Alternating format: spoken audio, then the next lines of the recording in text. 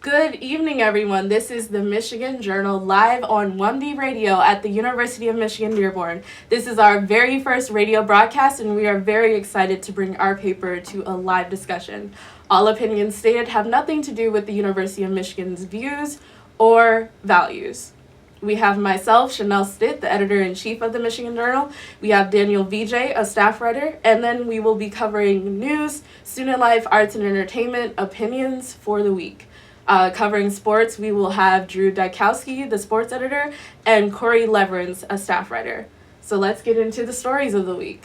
First, we have the campus safety story, which I wrote. As you may know, student government and members of the Include Leadership Board have worked to create a forum for submissions to discuss the changes to social media. As you may have heard, Edward Carali, a campus safety officer of 3 years, has been moved to the midnight shift. He is the only Arab-speaking officer on this campus, and he has been involved in the community events for a while. Students have also brought the gun debate to campus, where some prefer armed officers and some do not. Ed was an unarmed officer, and many people expressed having a connection with him. There are other officers that students want to acknowledge for their efforts of interactions with the students, such as Officer Miles and Officer Thompson, but they would also like Ed back during the daytime. SG and ILB plan to create a resolution followed by a petition. There will also be promotional tables that will give information about Ed and campus safety. Out of observations, I have noticed a lot of things have been taken out of hand with the article, and my recommendation would be to stop the negativity. These officers are doing everything that they can to provide safety to us, and I would just like to say, it's a great thing to have Ed on this campus as well, but we do also need our officers, so both officers count. So why do you guys think that it's important to have armed officers on our campus during this climate? Yeah, so there has been a dramatic increase in the number of mass shootings that have happened, especially on college campuses. I'm not entirely sure if having armed officers on campus is something that would decrease that rate, but it's definitely a step that we can take while we're waiting on more data or more developed policies. Yeah, I agree. I can understand people's concerns about feeling dangerous about all the different people having guns, but at the same time I feel a lot safer with a police officer because, like you said, stuff can happen anywhere. It can happen in a movie theater, it can happen at a school. I just feel safer. That's why I can understand people's concerns. Mm-hmm. And correct me if I'm wrong, but I do believe there was an active shooter on campus 2 years ago. Really? Yeah, it was on the engineering side of campus, I believe. I heard it from someone who's graduated last year, but yeah, it was surprising for me to hear that, like hitting pretty close to home. Yeah, I actually do remember that the person was outside in their car, and people were freaking out. They were inside their rooms, they were on campus, and so yeah, I think it is important for armed officers to be present. But I think the main issue was to have somebody who is kind of there that is not armed, that people can go to when they don't feel comfortable with people who are armed. So also, do you think any changes will happen since student government did release the fact that they were going to do a resolution and also a petition? I was in student government last year, and I know that we had a really big voice on the campus. So I'm sure that at least something will happen, but maybe not as big a change as maybe they want or expect. Right. And again, the negativity about the article, I would just like to point out that we love our officers and we love Ed too, so we just want everyone to be happy at the end of the day. So yeah, Daniel, take it away. All right, one of the stories that I wrote this past week was about the potential concerns surrounding the acid reflux medication commonly known as Zantac. So yeah, a little bit of background on what Zantac is and some of its uses. So it's the general brand name of a medicine whose actual chemical name is ranitidine. It's used by a lot of sufferers of GERD, which is gastroesophageal reflux disease. I know it's a mouthful, but a lot of people just say heartburn. So about 20% of the US suffers from GERD, and that's independent of age. So people of all ages have this condition. So yeah, this is one of the most popular medications that people use to try to manage that and make their lives a little bit more comfortable. So Zantac has actually been on the market since 1984 when it was approved by the FDA. But very recently there have been some concerns about a potentially carcinogenic substance in that medication. So in July, there is an independent online pharmacy, Valisure. They conducted some tests on ranitidine-based medications, and they found that there were some dangerously high levels of this chemical or compound known as NDMA. So NDMA is a probable carcinogen in humans. So they're not entirely sure, but tests on lab mice have produced cancerous tumors, and there's a general consensus that NDMA is dangerous for humans. So Valisure reported their findings to the FDA in July, and the FDA did nothing. They did not release a statement, no recalls, nothing really. So 2 months later, after some growing concerns from the Valisure lab scientists, they filed an official petition with the FDA. And in response to that did garner some attention from the FDA. So in response to that, the FDA tried to discredit them, kind of by saying that their procedures were flawed and that the heating that they used in the procedures may have generated an excess of NDMA that wouldn't really happen during normal use for humans. So Valisure has since responded to that, saying that their lab tests are very scientifically accurate and not flawed, and there has been no response from the FDA since. Looking past the FDA, there have been some responses from other organizations. Both CVS and Walgreens have pulled the brand name Zantac ranitidine medication off their shelves. CVS has actually done that globally. Other ranitidine medications are still available, however, so I don't think that's really doing too much good, taking off just one brand medication while leaving other medications that still have that same chemical component. The actual company that produces Zantac and their parent company has recalled Zantac worldwide.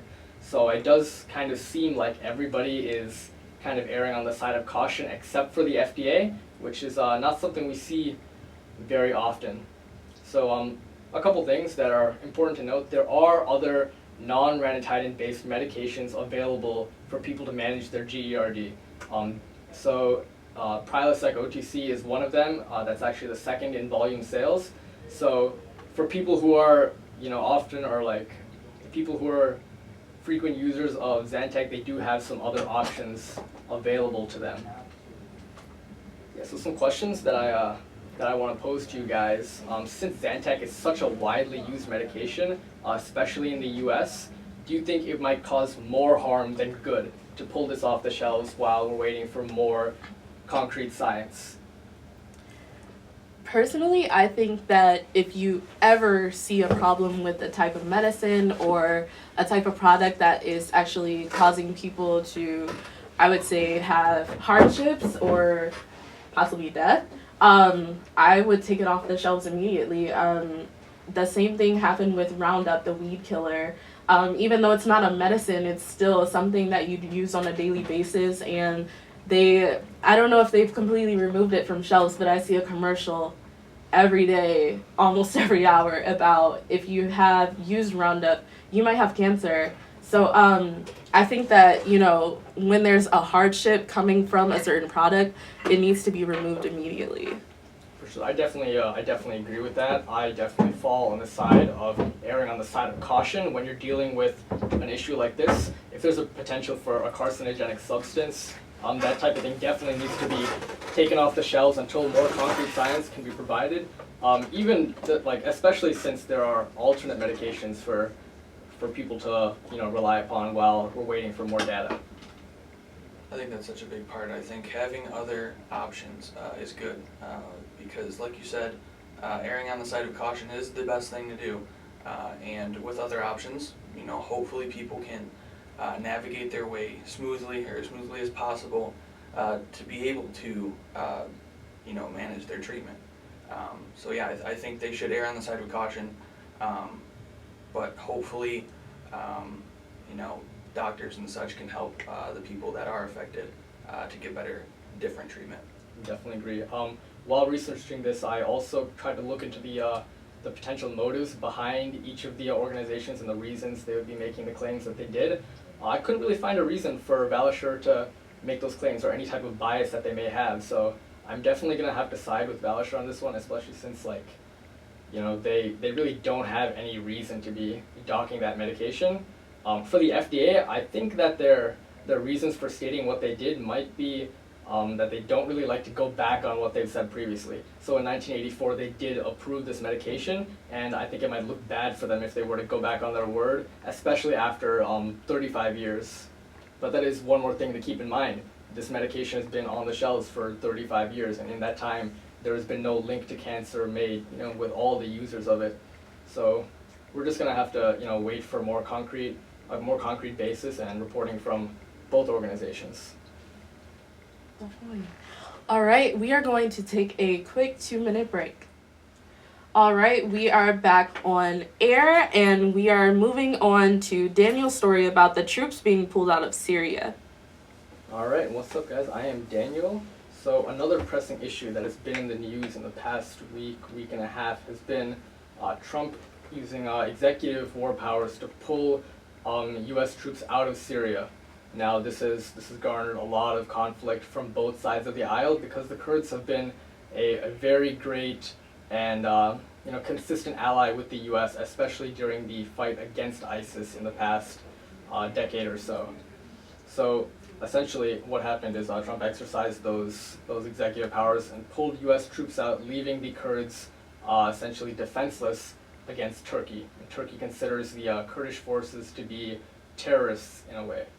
So by doing that, we have left one of our biggest allies and supporters kind of defenseless against a military that they really can't protect themselves from. And we've actually seen the effects of that as of last night. Turkey launched their first military offensive against the Kurdish forces, reporting that 109 people died. This is quite unfortunate, but we can continue talking about some of the reasons behind the Trump administration and why this move was made. So some of the reasons are actually a little bit unclear and conflicting, but the main point that President Trump was getting across was that the U.S. is not a global police force, and he made the call to prevent the unnecessary death of U.S. soldiers. Now, there's some agreement and disagreement on that. I think that a lot of people would agree that the U.S. should not be a global police force. Staying out of things that aren't really our business it's generally good. Don't get involved with things that don't exactly benefit you. However, the case is a little bit different in the Middle East. Since the end of the war in Afghanistan, the U.S. has essentially acted like a police force, trying to maintain peace, or at least the U.S.'s idea of what peace is in the Middle East. Another justification, he said, is that he didn't want the unnecessary death of any more U.S. soldiers. Now, this is great. Not that many people would disagree with this. However, only 10 U.S. soldiers died in Syria in 2018. However, 109 Kurdish troops who were allied with the U.S. in the past decade or so died actually last night. So I have some questions for you guys, not necessarily about this situation, but more in a general sense. So do you guys think that the U.S. has any sort of obligation to defend any of its past allies, even if the conflict isn't ongoing anymore? I think for this one, it's a little different. The Kurds, going back to the Ottoman history where they were an empire, even up till now, Turkey does not do well with minorities. And the Kurds and the greater country of Kurdistan, which isn't recognized, it's kind of in that area, in the Anatolian region, but the Turks, they don't want to give the Kurds a light of day, and their media has successfully, in their right, basically portrayed them as terrorists. They do live in a poor region, and so I think we should be helping them, because if we leave, I think we know what Turkey's going to do. They're all but telling us what they're going to do. They've showed us as of last night. Even with the Kurds, if you go back before, not before the Kurds, but there were the Armenians. There was the genocide. They were changing different names. They took historic names and they changed it into different Italian names. just to take away the Armenian history that was in Turkey. So if they can do that and they don't recognize it, and people, there are groups out there that say there was an Armenian genocide. Turkey still denies it, and they're not getting any flack for it. So what's to say that they do anything to the Kurds once we leave, and they're not going to get any flack for it? I think they're not going to get any flack for it. So I think us staying and showing support for the Kurds and not really giving any credit or bowing down to President Erdogan of Turkey's demands, I think that shows what line we've drawn and where we're going to stand. I definitely agree with that. I think the U.S. definitely is in a very special position in this particular case. Just by remaining involved and not really taking any action, the U.S. could definitely prevent a lot of the conflict that is going to be happening in the coming weeks and months. The U.S. is very strong, or was very strongly allied with the Kurds as well as Turkey because of NATO. So by kind of being that middleman and preventing conflict, they definitely could have prevented a lot of deaths. Another question that I have for you guys is about the War Powers Act. So the War Powers Act, for those listeners who might be unaware, it enables the President of the United States to take military action without the approval of Congress. However, is limited to 60 days. So after 60 days, if the President does not have the approval and backing of Congress for any type of war act, then he's required to pull those troops out of whatever area of conflict they were sent into within 30 days. So this was actually put into place around the founding of America, so sometime in the early 1800s, and it was only changed a little bit in the 1900s. So it's kind of a dated law, but do you guys think that it should be modified or changed a little bit to fit the modern political climate?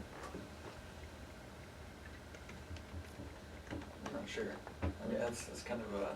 It is, yeah. It's I mean, somebody's going to be on either side. I would say just see kind of how it goes in this situation. Mm-hmm. I think this situation is perfect to see exactly if we need to strengthen or loosen the war powers. Yeah. So I think it's a situation where you have to watch, Mm-hmm. and obviously people are going to want to change it, but watching I think is the best way to kind of offers a better solution. Yeah, this has actually been one of the first times that the War Powers Act has been, used this extensively. So it's definitely going to provide a good benchmark for us to analyze the situation in the future. But yeah, changing it now would definitely it would not necessarily cause tangible problems, but it would cause a lot of unrest among people who believe that the president should have these executive powers versus people who believe in a much stronger system of checks and balances. Yeah. I feel this issue is probably going to be up forever because regardless of who's in office, the opposing party is always going to want to have that president to have less power. So regardless of who's in office, what year it is, what war's going on, I feel like this War Powers Act is always going to be a problem and a point of controversy. The last thing that I want to touch on the Turkey-Syria situation is actually a tweet that Trump posted in response to some questions he was receiving, and he said that if Turkey does anything that I, in my great and unmatched wisdom, consider to be off limits, I will totally destroy and obliterate the economy of Turkey. Parentheses, I've done before, exclamation point. And this was from 2 days ago. So ignoring some of the more aggressive wording, what do you guys think he means by off limits? What do you think is considered off limits in the conflict between Turkey and the Kurds? Because last night, there was a strong military offensive by the Turkish military, and if that's not off limits, what is? I honestly don't know.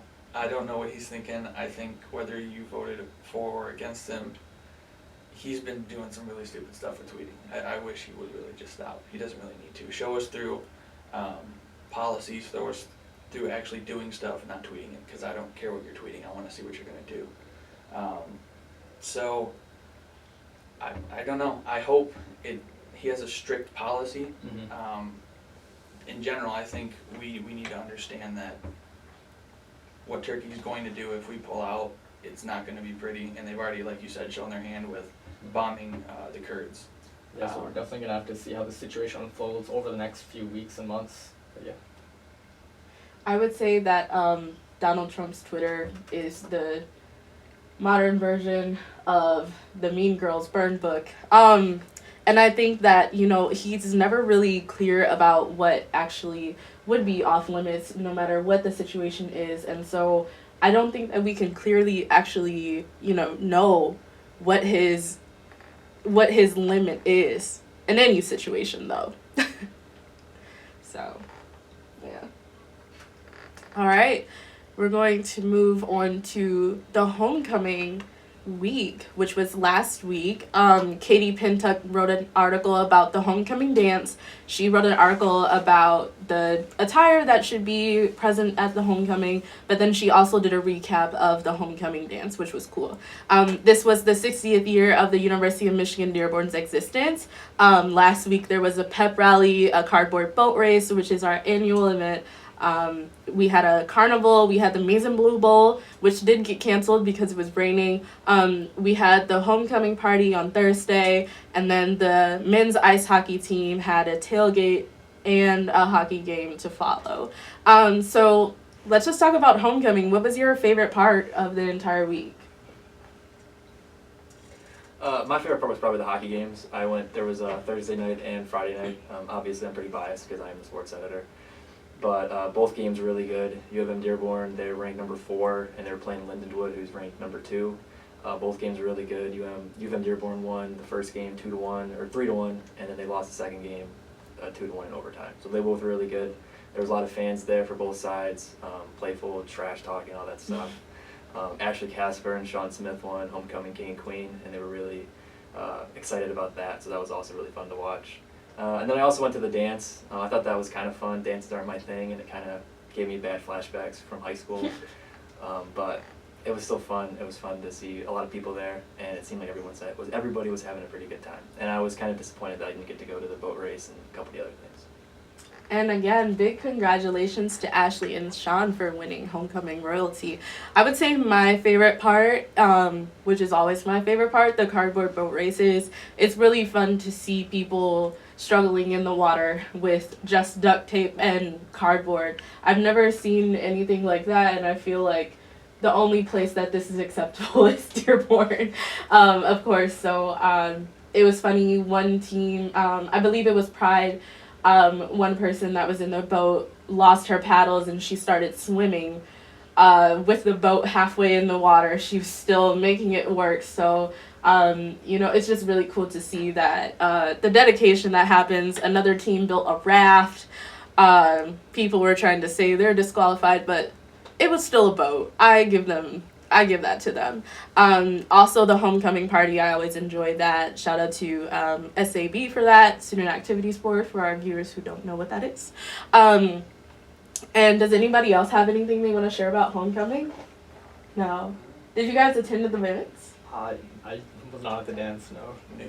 What about the rest of the week? No? I was on the UC patio when they were handing out cake and some shirts, so I got a cool shirt. I got some cake too. Yeah, the shirts were really cool, and also the cake was great. It was really cute. I know they had 2 cakes. They had one that was just for a photo shoot, and then they had one that people could actually eat. And so I saw both. The photo shoot looked like a baby reveal, which I was explaining to someone earlier today. It was pretty funny. So, yeah, what do you hope to see for next year's homecoming, I would say?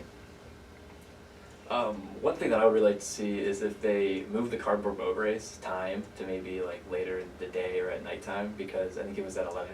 I had class, I know a lot of my friends had class, and unfortunately I missed it my first 2 years here, and that's something I really like to see and also kind of participate in.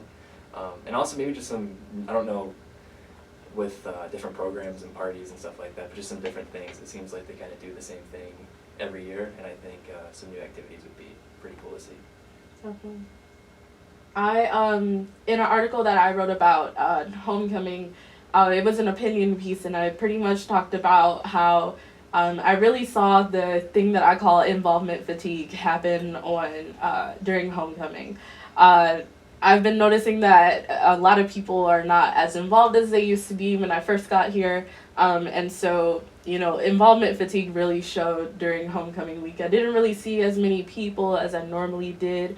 But shout out to the hockey game. The scores, I mean, not the scores, the amount of people jumped so high. And I really would like to shout them out for their marketing skills because there were so many people there. And I'm wondering if it's, because you have the tailgate and it's like a really short period in between the tailgate and the game, plus also the homecoming court is actually revealed at the game. So there's always like a lot of parents in the crowd, and the game just really expanded this year, which was great. So we are going to take another break, and we will be back on in shortly. All right, the Michigan Journal is back on. We are going to jump into a topic that Rayvon Miles Smith wrote about, and it was his journey of unplugging from social media. So far, Rayvon has deactivated his social media for 2 whole weeks. I don't even think I could go 2 whole hours, but one thing that I really appreciated him saying was, if you can go a day without something, then it means it's a luxury, not a necessity. So maybe I will try to take note of how many things I feel are a necessity in my daily. Yes, here we go. Okay. All right, so we are back with the Michigan Journal. We are going to talk about an article that Rayvon Miles Smith wrote about, and it was called The Journey of Unplugging from Social Media. And so far, Rayvon has deactivated his social media for 2 whole weeks. I really don't think that I could go 2 whole hours, and my family can attest for that. But one thing that I really appreciated him saying in the article was, if you can go a day without something, then it means it is a luxury, not a necessity. So maybe I will try to take note of the things that are a necessity in my life, but normally I would take those notes on my phone. So for you guys, how long would you go without social media? I think the longest I've ever gone is about a week and a half. It's because I was on a family vacation in Iceland, and we didn't want to pay a ton of money for whatever it is, Wi-Fi or whatever. So we just hung out. We didn't really have time to go on social media, that we were always out in the city or doing stuff. But I think I could probably do a month, and that's probably where I'd give up. Right. I definitely think I fall on like the opposite side as you do. Like the most I've done is like maybe like 3 or 4 days around like maybe exam time. And I'm just that type of person. I just like really like to know what's going on around me. And like if I don't know what like the people I know are doing or like what they're up to, it just feels a little weird. I feel a little bit isolated, you know? I feel like I'm kind of, sorry. Okay, no, go ahead. Yeah. I feel like I'm kind of in between both you guys, probably like 2 to 4 weeks. I like feeling connected, exactly, but I also kind of like when I go camping, you can't really get a lot of reception there, you can't really go on social media, but it is nice to kind of just take a break and not have to worry about what so-and-so posted about their dog on their story. You can just kind of take a break, so yeah. It's a little repetitive. Exactly. Right. There's only so many videos of concerts that you can watch. You watch those? Oh, man. Oh my It's goodness. a lot. That is something really long to watch. So I would say that there was an assignment that I had to do in high school, and my teacher, I hope that he's not listening, but he told us to not use social media for the whole weekend, and I did not do that. And I still wrote that I did it in an essay. And so I would just say that, like, I get my news from social media. I stay connected with my friends from all my different schools on social media. I like to see people doing weird things on social media, and back when Vine was a thing, like, I still watch Vine videos out of like Twitter threads, and those get me through college. So I really just think that, social media is something that I kind of rely on to get me through, the day. And also I've had social media jobs. So without social media, I feel like I'm not working, I'm not doing my daily routines. And so I just rely on social media a lot. So have you ever gone without social media for a long period of time? Like, this can even include like texting, I would say. I've gone about like a week and a half because I feel like I was a pretty good kid in middle school and high school, but sometimes I did wrong stuff. So I got my phone taken away from me. And I would say that it was really nice for the first few days, surprisingly, because I could just kind of read a book or focus on my homework and just kind of debrief and relax. But then when you get to like day 6, 7, 8, and you're kind of like, I wonder what so-and-so's doing, I want to text my friends. So it's kind of nice at first, but then you kind of need it back, I guess. Right. Cool. How many of you guys have iPhones? Yes. You do? Yes. Okay, so you know how Apple has this newish feature that reports how many hours a day that you're using your phone. Have you ever paid attention to how many hours it actually is? No, I'm afraid to. I don't want to. One time mine said 10 hours. Mm. But usually I could get an average now on about 6 hours because I do watch TV on my phone sometimes. Because sometimes I'm sitting on campus and I can't use my laptop for whatever reason. As you saw, my laptop almost died a second ago. So my laptop is always dying, but my phone is always on. And so I would say, like, my hours are really high. Yeah. Do Androids report it? Yeah. Most Androids also have similar software features to report, what type of things you're spending the most screen time with. And yeah, I've definitely seen a lot of the data from my own phone, but I try not to use that as my metric for whether or not I was like kind of productive that day, because it's not like not using your phone doesn't necessarily imply that you were like productive. So like that's something that I do in like reflection at the end of the day, like what did I do? Did I get stuff done? And it's not like, boom, I didn't use my phone that much, good day, Right. That makes sense. Yeah. You're right. Yeah. Maybe I am doing well. I just want to give that an excuse. But, so yeah, like, what would you do? What were you doing before social media was a thing? So, like, back when we were having, like, Nintendo DS's, like, what was your go-to platform of social media? Were you guys on MySpace? No. That No. was before my Pop Tropica? Yeah. Yeah. That was What were the other websites that we were on that, like, still were included in our lives, even though it wasn't, like, the true social media that we have today? Webkins. Yeah. Yeah. That was huge. Oh my god. You guys remember Club Penguin? Yeah. Yeah. My Was mom- it Toontown too, or something like Yeah, that? yeah. My mom got an email from Webkins maybe like a year ago, and it was saying, like, oh, your account is still here. And I was like, okay, I'm 20 at the time. Like, what would I be doing I still on have friends there? who go on Webkins all the Yeah, time. me too. And I'm 19. So. I wonder how Me the too. company's doing. I mean, that was for Oh, a that's couple still of sold? years. Yeah. It was Gans or Games, right? The company name. I forget the name. Do they still sell the stuffed animals? I You can don't find them some know. places. Is it- I think we eBay found for a couple sure. We found a couple in Iceland. Oh wow. That's Why? weird. International. Why are they here? Yeah. Wow, that's crazy. I still have like a huge box of them in my basement. So Really. Yeah. I don't know where mine are, honestly. I don't know. My parents used to like empty my room a lot, so there were a lot of trash bags when I was gone sometimes. So I have no idea where any of that stuff is. It's probably going to be worth something though. yeah. So whoever has a Webkins, Webkins are- check how much it's worth. So we are about to wrap up our news segment. I just wanted to give a few more stories that are in our newspaper this week that are noteworthy. We had an article by Kinsey Burnett. The Trump campaign breaks presidential election fundraising record. We have an article by Franz Knight. 50% there, the construction of the engineering lab building. It is set to open in fall 2020 for the new students coming in. We have an article by Erica Turnbull, empowering women through salary negotiations. We have Corey Lorenz with keyboard crunching, paving the way for silent keyboards. I need one of those, Corey. And then we have So Bad They're Good, scary movies on Netflix by Kyla Bazzi. Then we have Christian Orr. She wrote the ultimate Halloween playlist. And I'm going to give you my song of the day from her list, which is Monster from Kanye West. We are about to head into our sports cast of the week, so in a few minutes, Drew and Corey will be taking it away.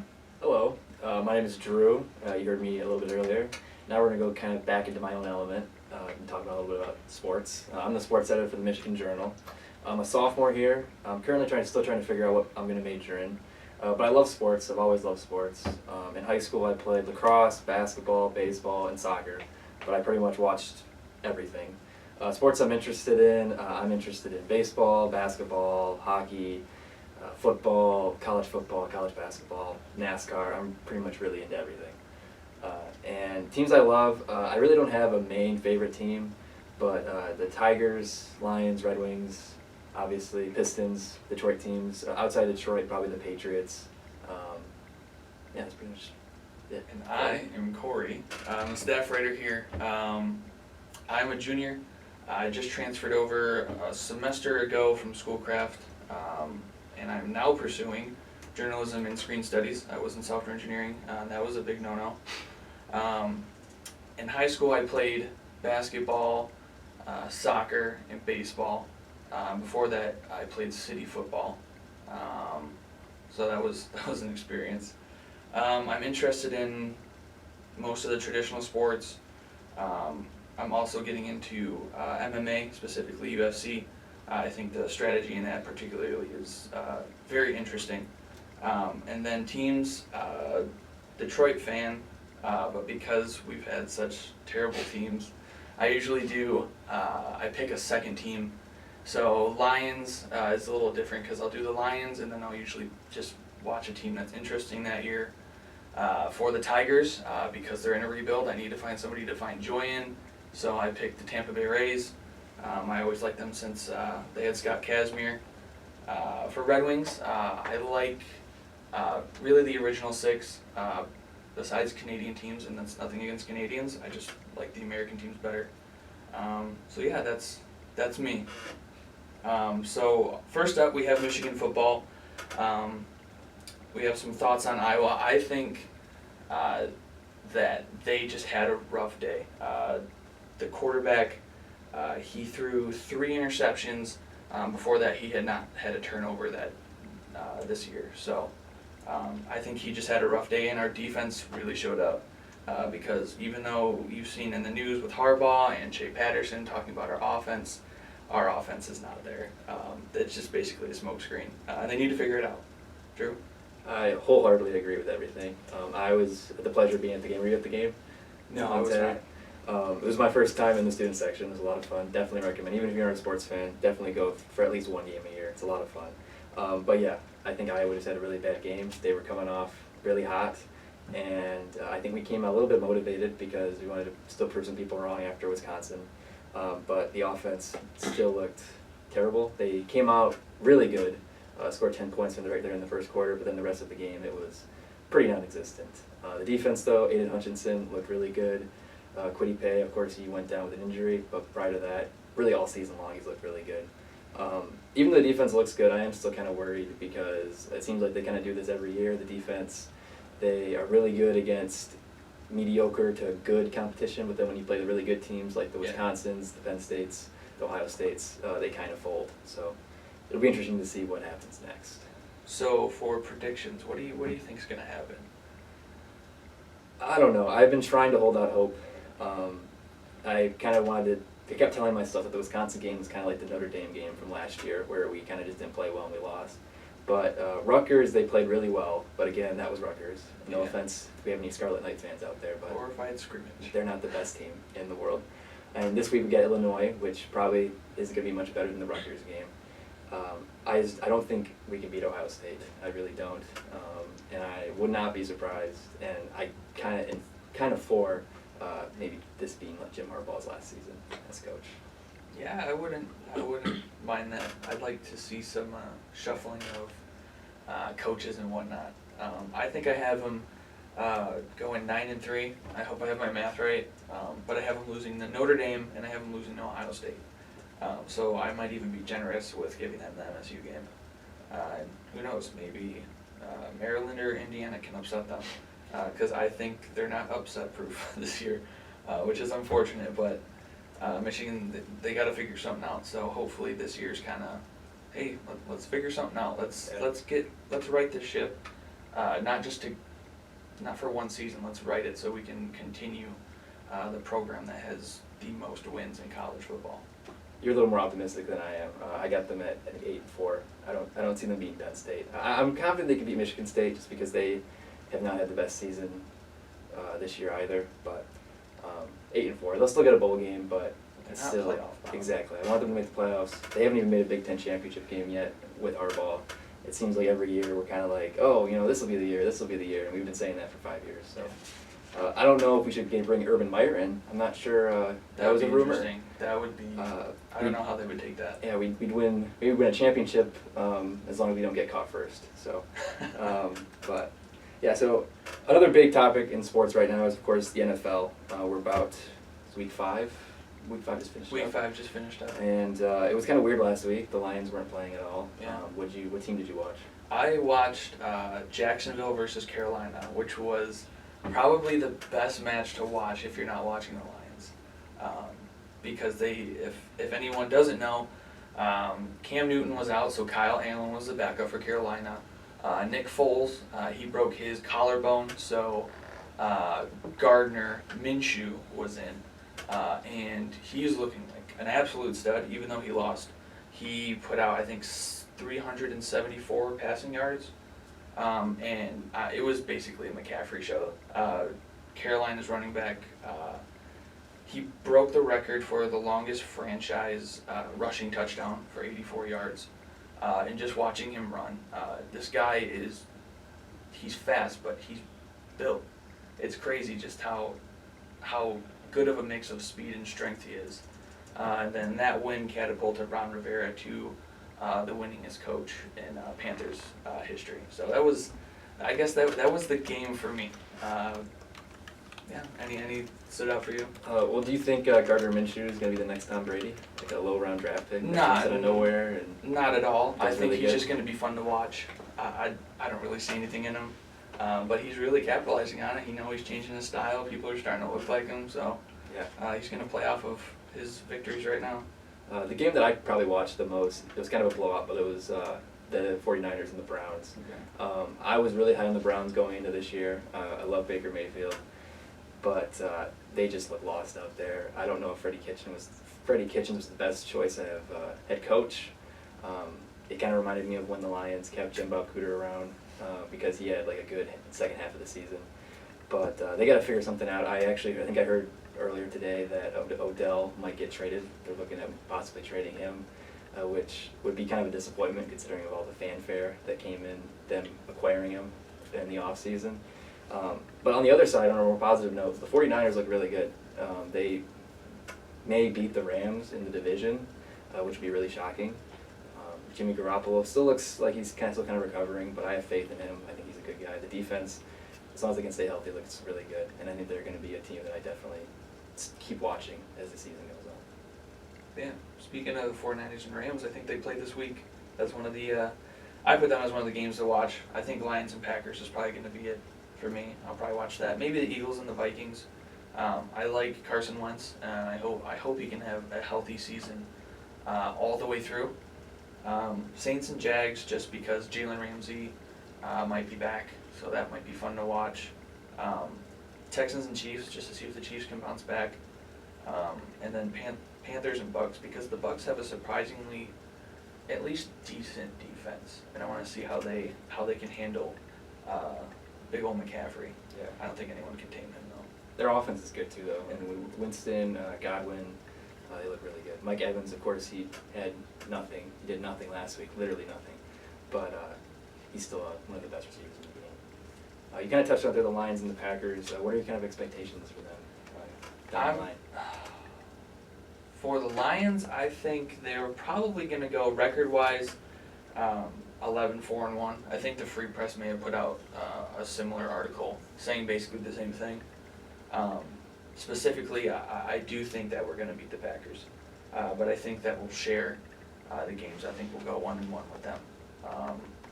But I think we're looking good. I might be an optimist in looking at the game against the Chiefs. I think, fix some minor things up, and that would have been a ball game. And obviously, that pitch from Travis Kelce, that was, you don't really practice for that. Nothing you can do about that. think they made a statement though. I mean, the Chiefs are, of course there's the Patriots, but the Yeah. Chiefs are probably everyone's favorite to go all the way this year. And they hung with them and probably should have won that game, which made it disappointing, but at the same time, I think they were, 20-point underdogs, I think, going into that game? We were supposed to get blown out. Yeah, That was and- that was the main prediction across the board, I think. Yeah, and they lost by, 3 or 4 points? I don't remember correctly. It was but around. there. It was close. And I think it was a the last touchdown. minute drive, and Yeah. Patrick Mahomes, nothing Yes. to do about it. I definitely have more confidence though, because the Vikings are kind of a mess with Stephon Diggs wanting out, Kirk Cousins not being the best quarterback in the world. Yeah. And then the Bears, their defense is probably one of the best ever, but their offense is probably one of the worst ever. Yeah. So, really the Packers, same as always, they're the only team that really scares me, but the Bears and Vikings could always come up, and the Lions are the Lions, so you never really know. Yeah, it's kind of hard to go off of. You hope they'll be 11-4-1, but if they lose the rest of the games, you'd be like, well, we've seen before. I will say the one good thing about the Lions, though, is that Michigan, it seems like when they lose, they really lose. At least the Lions, it's still like an enjoyable game that you can watch. Even Yeah. though, like when the Cardinals, I was really mad about that game, but it was a fun game to watch. Yeah, at the it was same time. exciting. Yeah. I liked watching Kyler Murray too. I picked him up for fantasy football because I had Baker, and that's not working out. So I was like, hey, I'll go with this guy.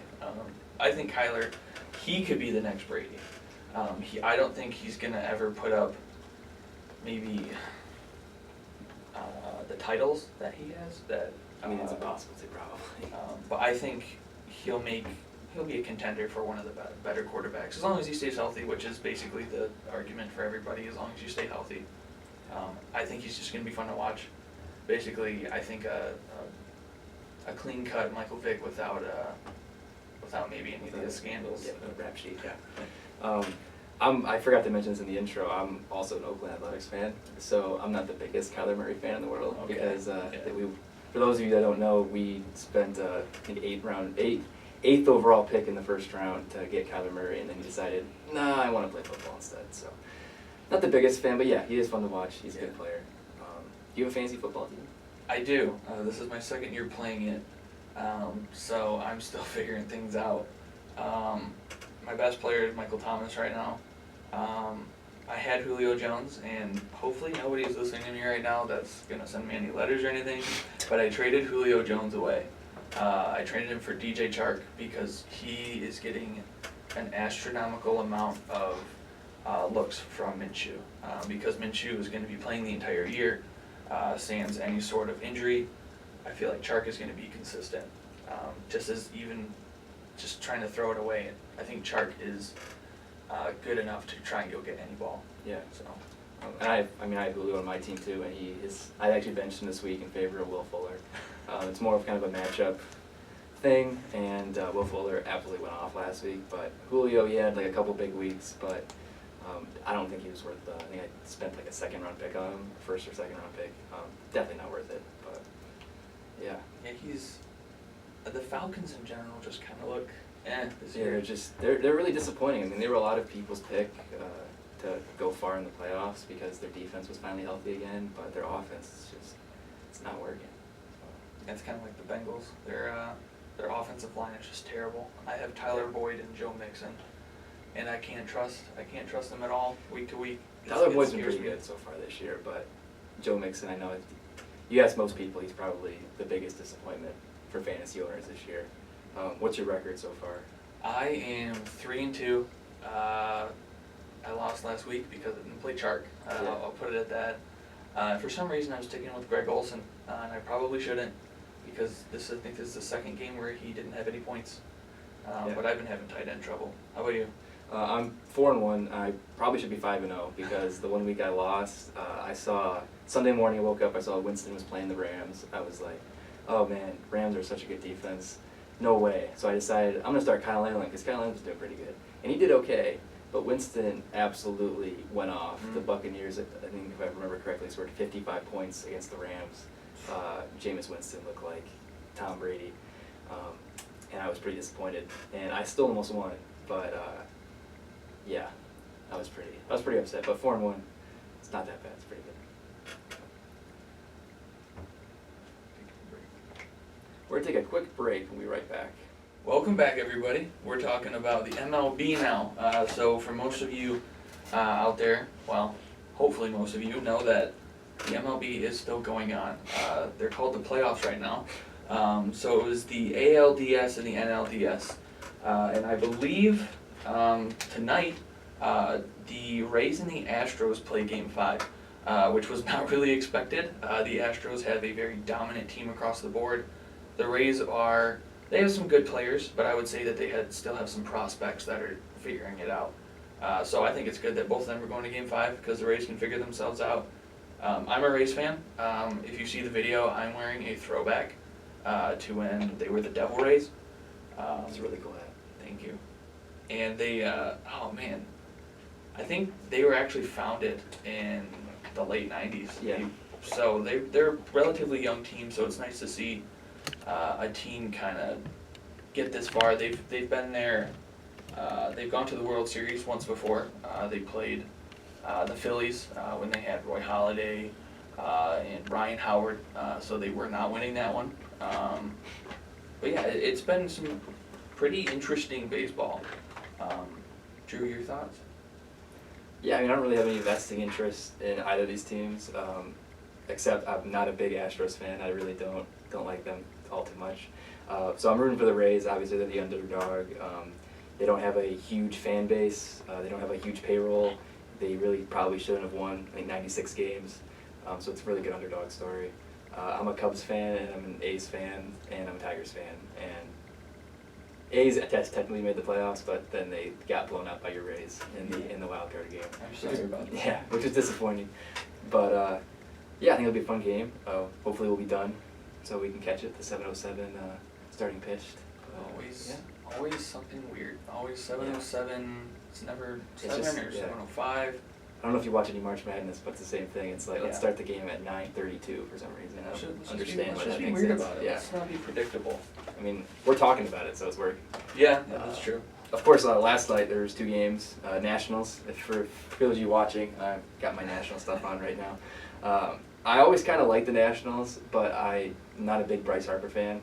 So when he kind of left, and I was kind of like, oh, maybe they'll be good. I love Max Scherzer. He's probably my favorite baseball player. Juan Soto is on my fantasy baseball team this year. Absolutely tore it up. So I was really looking forward to them making the playoffs, making a run. The wild card game was terrific against Milwaukee. And then this Dodger series, it seemed like they were done and out. And especially if you know the Nationals past, they always seem to choke and they never win the clinching game. Yeah. But something happened when they beat the Brewers.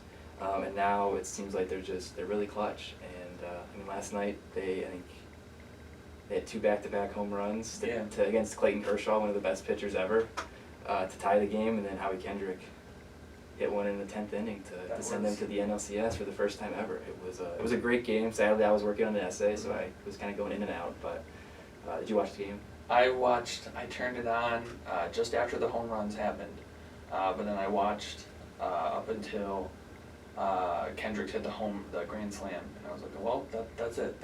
They're done. Yeah. And that is I think I wrote it down, the epitome of clutch. It really was. I mean, it's his former team too. Like, he used to play for them too.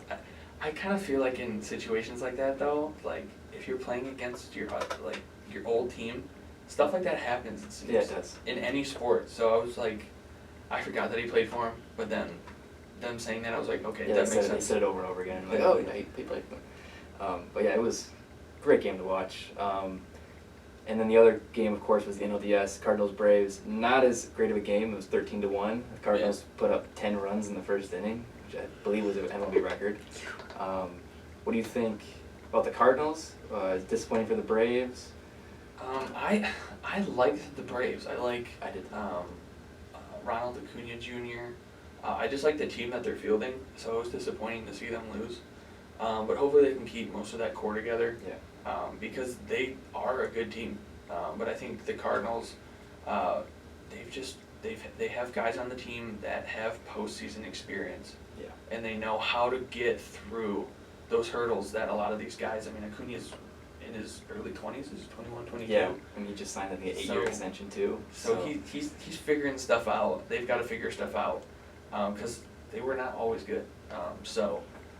Them just getting to the playoffs and getting in the series, I think carrying it along as well was good. But Cardinals, like I said, they've got the experience. So I think they're playing. It's the Nationals versus the Cardinals. Yep. I have the Cards going in 7. Really? I think it's just going to be a slugfest. I think the pitching is going to be amazing, but I think each side has enough experience where somebody's going to have a breakthrough each game. Any predictions on that? Well, first, just some thoughts on the Braves that you kind of touched on. I think they're a really young team, and if you look at last year, they kind of got dominated by the Dodgers for the entire series, and then got eliminated this year. They put up a good fight, pushed to Game 5. I can see next year them making it to the NLCS, maybe making a run at the championship.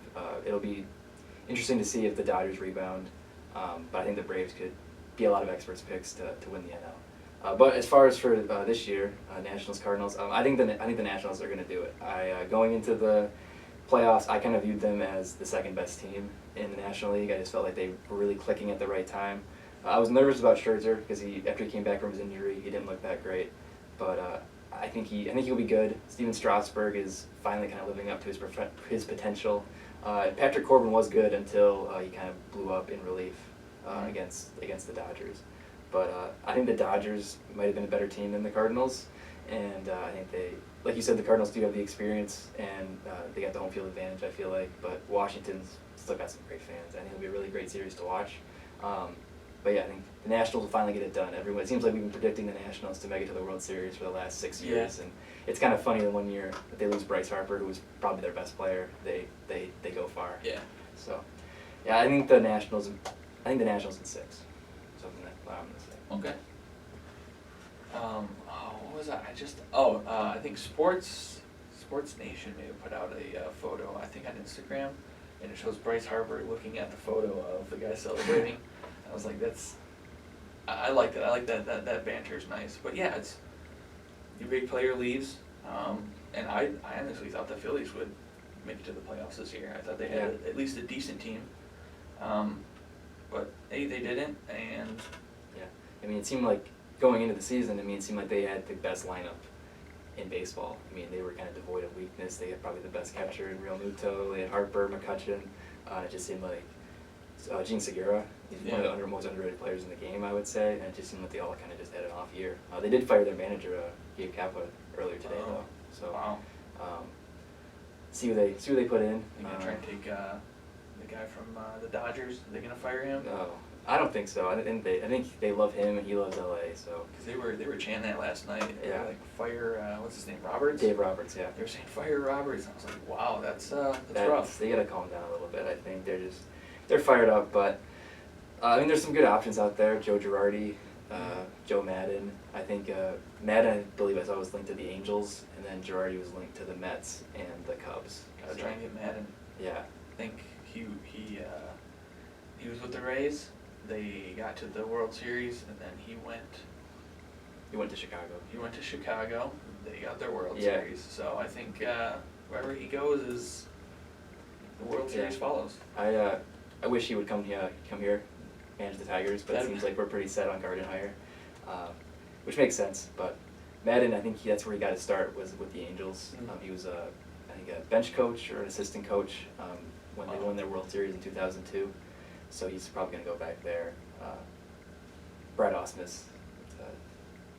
At least it wasn't just us Tigers fans. Yeah. It's Everyone gets the feel. yeah. Maybe he'll go to Philadelphia and they can get a taste of the Brad Maybe. Ausmus magic too. Maybe go and infect every other Yeah. team out there. That The would be one team, he's actually linked to the Padres because he used to play there. They might hire him. Really? Which I like the Padres, and I really hope they don't do that. yeah. They gotta know. They gotta look and say, Yeah. okay, well. Sorry if we have any Padre fans out there, but what do you think about the American League Championship Series? Who do you think? It's obviously going to be the Yankees versus the Astros or the Rays. First of all, you said the Astros. You think the Astros are going to? I think win? the You want the Astros Rays are gonna win. I Yeah. want the Rays, but I think the Astros, just because tonight, Garrett Cole is. Yeah. Unless he gets hurt or something just happens, I think he's gonna close them out. Do you think he's winning the Cy Young this year? I don't see why he wouldn't. It's either him or Verlander, basically. He's gone, and that's hard because it's just a dominant pitching rotation. Yeah. But I think Garrett Cole, I would want Verlander to win it because I'm a a Verlander fan, even Yeah. though he left, even though we got rid of him. Yeah. He didn't leave. I think he actually wanted to stay. It was like last second. He's like, yeah, I understand. I'll go. But Yeah, I think I would want Verlander to get it, but I think Garrett Cole is just yeah, he's shown how dominant he is, and I think he deserves it. But if the Rays don't go through, I say the Astros are going to beat the Yankees in 5. If the Rays 5? go through, I think Rays are going to win in 7. so you have no faith in the Yankees. I absolutely hate the Yankees. I abhor them. Anybody out there, I'm sorry. I'm just not a Yankees fan. I kind of like the Yankees. I'm not gonna lie. Okay. I should have said it off the top, but it was Mickey Mantle. Yeah. Yeah. I watched this movie when I was a little kid. 61, great movie. Highly recommend any sports fan watch it. But I watched it when I was a little kid, and I loved it, and I've been a Yankees fan ever since. So I like them, and I think they have the strength to maybe make a run to the World Series, and finally make it there. I think if the Rays win tonight, I think the Yankees will probably win in 6. The Astros win. Astros in 7. Okay. Yeah, I don't know why I don't like the Yankees. It's usually anybody who's basically a big dynasty team. Yeah. It's like, okay, well, you're going to be good even after I die and after my kids die. Yeah. I just don't like them. I like to see them dethroned. But it's not like they've done anything to where I hate them and their fans. I just don't like the team. Yeah, that's understandable. There's plenty of teams like the Astros. There's plenty of teams that I just don't like. Yeah. But yeah, I mean the Yankees. I mean, I don't think the Twins were as good as their 101 wins showed. They kind of really beat up on having 3 of the arguably the worst teams ever in their division. Go Tigers! And I don't think their record accurately showed how good they were. I think they could be good, really good next year, but the Yankees just dominated them. And I think the Twins have lost I think like 17 consecutive playoff games. I mean, Wow. That's crazy. I have to look that up, but I know it's up there. Yeah. I feel like the Twins is basically a reflection of the division they're in. Like you said, it's not the strongest division. Yeah. So them not winning, and especially the Yankees, yes. Although I don't like the Yankees, and I will always say I don't like the Yankees, but the Yankees are much better than the Twins. Yeah. Just seeing that matchup, I was like, okay, they're just gonna sweep them. I mean, you could look at the Red Sox this year, and they were a big disappointment. I feel like if you put them in the Central, they could be probably better than the Twins in terms of record. Yeah. And then, yeah. We kind of mentioned the Tigers there. What do you, are you excited for their 2020 season, or do you think it's going to be another long season? I think it'll be long, but not as long as last year. I think they'll improve. I think they'll stay. Hopefully, they stay under 100 losses, which might be a stretch. But I think bringing up your prospective pitching staff Yeah. and just giving them games, that they're gonna have to get games because the level that they're playing at, it's just different than the MLB because it's just different. You hear all the guys talk about how going from AAA to the MLB, they have to adjust. So I think getting them to adjust during a time where you're going to basically have to do a gut check every game, I think that's going to be beneficial for them, and basically molding an identity for our a young team built around veterans that's going to kind of usher in not a mediocre, hopefully it's not mediocre, but just better years. Yeah. I mean, I don't expect in the next 4 or 5 years a World Series run, but I'm expecting them to get better every year. Yeah. I'm right there with you. I think when they bring up the pitching staff, I think they're going to be really, really good. Casey Mize, Bo Burrows, Matt Manning. I know maybe a lot of people think that Matt Boyd should be traded, but I think he could probably be like the veteran ace on the next really good Tigers team. The big thing for me is just the hitting. I mean, their pitching actually wasn't terrible this year. They need some hit. They need some bats. I mean, when Brandon Dixon is leading you in many offensive categories, it's not the best thing in the world. As much as I love Brandon Dixon. But they get the first pick this year, which should be good. I think Spencer Torkelson, he's a first baseman. They're looking at maybe taking him. He's supposed to be really good. Jacoby Jones, I feel like he showed some strides this year. My thing is they just need bats. I feel like the pitching will come, and maybe they can get that through free agency, whether once we get some of these big contracts like the Jordan Zimmerman, I love him, but Miguel Cabrera, once we get that big contract off. That was a mistake by. I mean, why wouldn't you accept it though as a player? 'Cause Exactly. I don't blame him. Yeah. You know that you're going to provide for your family. Yeah. And that's what a lot of players Forever. they want to do. And ever. Your great grandkids. Yeah. Grandkids. Like I'm never going to fault him.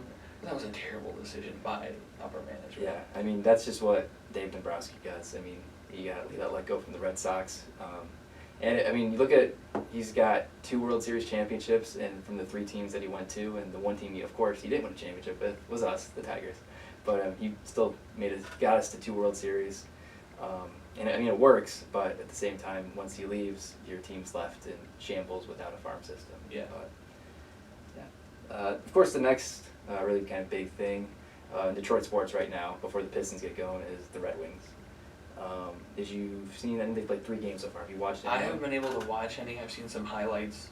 I just, in general, I like the team. I Yeah. like a young team, and basically them figuring it out. It's definitely different from other sports, trying to figure out your identity and creating a solid group. I think not necessarily that it's easier, but I think with less moving parts, like maybe a football team, you have less members, so you kind of have a better look at what you want your team to look like. But I like them. I think the Yzerman era is going to be a lot of fun. Yeah. There's going to be ups and downs. I'm not going to deny that, but I think overall it's going to be a lot of fun. Yeah, they actually play in 2 minutes against the Canadians. Oh. Yeah, it should be an original 6 matchup. But yeah, I'm right there with you. I mean, I even thought last year as bad as they were, I guess, they were still fun to watch. It wasn't like the Tigers where they were getting blown out 8-2. It seemed like every game.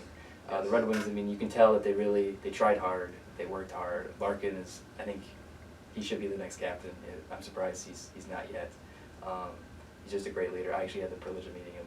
Really? Yeah, very nice guy. But yeah, I think they look really good so far this year. Anthony Mantha, of course, I think 5 goals already in 3 Wow. games. Of course, the one game where he had 4. I think he could be really good this year. They need some defensive help, definitely, but and probably a goalie because Jimmy Howard's not going to be around forever. But I never liked Howard. I don't know why. Probably because I was able to watch them when Osgood was still in. yeah, So then watching Howard come in and just be like, dude, you can't. Like, obviously he's not going to play up to Osgood's level, but like, come on. yeah. I mean, Find somebody who can. he had some really big shoes to fill because I mean, you look at Hasek. I mean, going back to the '90s, you look at Mike Vernon, and you go to Hasek and Chris Osgood, of course, and even guys like Manny Legacy. And I mean, these guys they're pretty good. He had some really big shoes to fill, and I mean, he's been here for I think almost a decade now, so he's been okay, but not as good as your Osgoods and your Haseks for sure. Well, we'll need to find. I don't know. I will readily admit I don't know as much about hockey as I do all the other sports, so I don't know what our farm system looks Yeah, like. minor leagues, yeah. Do we have any goalies in the works? I know we have some good prospects, but of course, just because we have a lot really high picks the last few years, and we're still just kind of rebuilding. They're still a few years away, but hopefully they'll be good. I mean, you said you believe in Yzerman, you believe in the I do. Yzermania? I might be drinking some of that Kool-Aid, but I just know my family. They were always downtown. They were always at Joe Louis Arena. Yeah. They watched Yzerman. They watched was it the Russian Five? Yeah. They watched them. So they're huge Red Wings fans. I didn't really like hockey growing up, but I still watched it because they watched it. So I think there's just always a spot for me for the Red Wings. And Yzerman, yes, I think he. Where was he before? Tampa Bay. He was at Tampa Bay. Tampa Bay, they've had years where they've looked Yeah. really good. Last year, I think they were of course, they got knocked out by the Blue Jackets, one of the biggest upsets ever. But I think they had the best regular season ever for a franchise. So I think him helping build that team and help them, then coming back home, I think that's gonna work some wonders. Yeah. Hopefully, I mean, obviously he could be a bust, but I don't think he's a bust. Yeah, the big thing for the Lightning I've noticed is a lot of their guys take discounts because they love the culture there. I feel like he can do the same thing, and looked like he was out of any salary cap trouble, Yeah. which it seemed like Ken Holland, towards the end of his 10 years as GM, it seemed like he was just kind of handing out a lot of money Here you left go. and right. Yep. Do you think, how many Stanley Cups do you think, realistically, that Yzerman can bring us? I mean, how long do GMs usually stay? I'd kind of base it off that. So I guess if he stayed, I mean, it just kind of depends on how good the team is. I think Ken Holland was here for over 20 years, if I'm not Oh. mistaken. I think under Yzerman, let's say he stays here for 20 years. I think realistically we could probably get 3. And I don't know if that's low, I don't know if that's high, I just think my mind said 3, so I'm gonna go with 3. I think that's a safe bet because, I mean, people like playing here. We're, I'd say, a hockey town. I mean, that's the team that even when the team that non-sports fans follow the most is probably the Red Wings. And guys like coming here. We're original 16. We got that going for us. I feel like if these young guys, if Larkin kind of takes the next step and becomes a Sidney Crosby, maybe not Sidney Crosby level, but Austin Matthews, John Tavares kind of level player, and then these young guys kind of prove something. If he gets some veteran help, I think 3's a good number because they could probably go a little bit under that, but they could also, if everything bounces right, go a little bit above Yeah. that. Maybe a back-to-back, I wouldn't mind that. I don't think anybody would mind Yeah, that. I don't think so. I think Detroit It's would been really like that. It's been a rough few years here Yeah. for Detroit sports fans. But at least they announced that, that they're gonna go through a rebuild, that they're gonna do this stuff. I think with some teams when they don't announce that, you're like, well, Yeah. you suck for 5 years, what are you doing? Oh yeah, we might be rebuilding. Yeah, I know we don't have the Pistons on our script today, but that's exactly what they're doing. It's like, let's kind of go all in, but we're not really going to go all in, so Yeah. we're just going to be a 7 or 8 seed for the next 15 years, which is not fun for a fan. As much as I hate watching the Tigers, at least they have a plan, and Yeah. hopefully. Do you believe in, not to go back to baseball, but do you believe in Al Avila, or do you? I think he's made some dumb decisions, but I mean, it still remains to be seen. We've got guys in the works coming up, so hopefully the decisions that he's made will bear fruit, but if not, I guess I really wouldn't be surprised. Yeah. I wasn't sure how I felt about them giving the contract extension, but I'm not completely sure how many better candidates were out there for us Yeah. to hire. So, realistically, it's still going to be a few years till we're good. So, It's gonna be a nice couple of years ahead. so before we end, what's your big kind of sports story that you're kind of looking forward to this week? Man, there's a lot going on, and I know we said we weren't gonna talk about soccer, Okay. but I'm a huge Tottenham Hotspurs fan, and I haven't been able to look at their schedule, but I know that they play a team called Watford, and we've only been able to get 2 out of our last, I believe, 30 points out of away games. So we're just trashed away. We went to the Champions League final last year, and that is basically the highest award, the best award, the most prestigious award you could get as a European club. And we're just utter trash this year, and it's sad. I'm hoping to see a rebound, but things might need to be shaken up, and it's so fluid.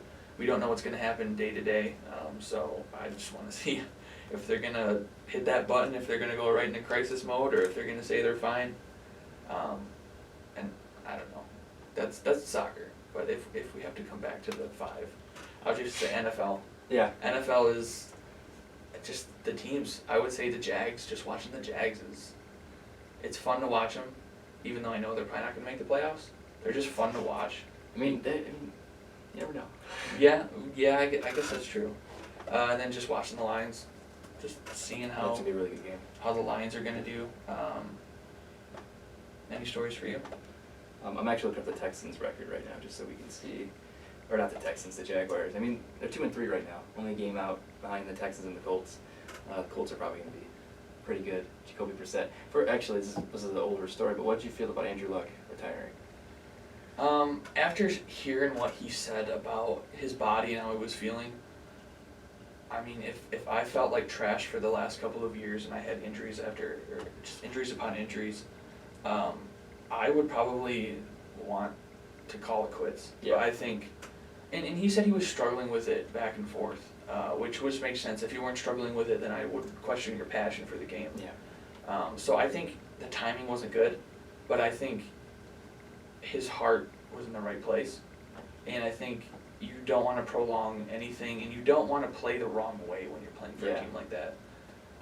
So I'm kind of torn between. I think he should have had better timing, but I think you need to look out for your own protection. Yeah. So I'm all for him making that decision because that's his and his alone. Yeah, I think you kind of touched on it there. My big problem with it was just the timing. I mean, I think it was week 3 of preseason, if I'm not mistaken. Yeah. And it seemed like he kind of already was kind of leaning towards that, and I felt like just, even if you let him know in August or July, that's better than letting him know right before and kind of throwing the set into a difficult position to be in. He seems like he's doing all right. He though. seems like he's doing all right now, but at the time, it was like, that's pretty stressful. But yeah, fun story. We were in the middle of a fantasy football draft at one of my friends' houses, and it was getting towards the end of the draft, and so Andrew Luck was, of course, already off the board because he was, I think, the 3rd best quarterback projected for fantasy football. And then one of my friends looked at his phone and said, Andrew Luck just retired, and we were like, oh, okay, yeah, sure, okay. And then pretty soon it was on ESPN, and That's rough. my friend almost threw his computer out into the backyard. And I would not blame him. it was fun to watch, but it was also not the best for his team. But anyway, back to your question, what I'm looking forward to the most this week, it's probably just the MLB, ALCS, NLCS should be fun to watch. We have this fall study break, so hopefully I'll be able to watch some more games. Yeah. And obviously, you already said Lions, Packers. Hope we can catch some Red Wings games. Also, the Maple Leafs, they're back. So I know you said you don't like Canadian NHL teams, but I'll watch them, but I um, got a soft spot for the American teams. yeah, obviously, yeah. But yeah, I mean that's what I'm looking forward to.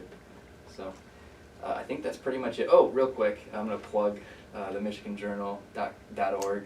We got a lot of great stories up on our website, and if you're on campus, make sure you pick up a paper.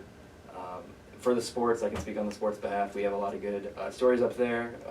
One of my staff writers, Chris, he does a fantasy football projections every week and puts it up there. We also have some NFL takes, MLB takes.